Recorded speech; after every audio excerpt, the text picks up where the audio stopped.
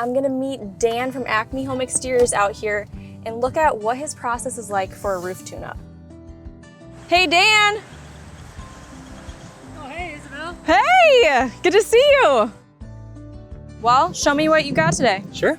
So today we're doing a roof tune-up, and what that means is I'm gonna go with you around the roof. We're looking for maybe little holes, maybe a missing shingle, maybe some sealants that have failed. Is there anything that might be a problem down the road? And that's the idea of what today is, not to do a major repair, but to prevent early replacement.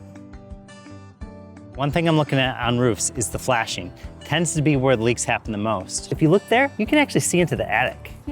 So it's very unlikely that a lot of water is going to go there, but a wind-driven rain could push that water into there, and it could become a problem down the road. So today we're just going to seal that as part of the roof tune-up. We're actually going to apply a sealant to this. This is not tar. It's not going to degrade in the sun. It can actually withstand the sunlight. So that's really important when you have something exposed. All we're going to do is just seal this little spot right here. Idea is now water can't drive into there, and that's all we're trying to do. So another thing I kind of take a look at is any holes or punctures in the roof.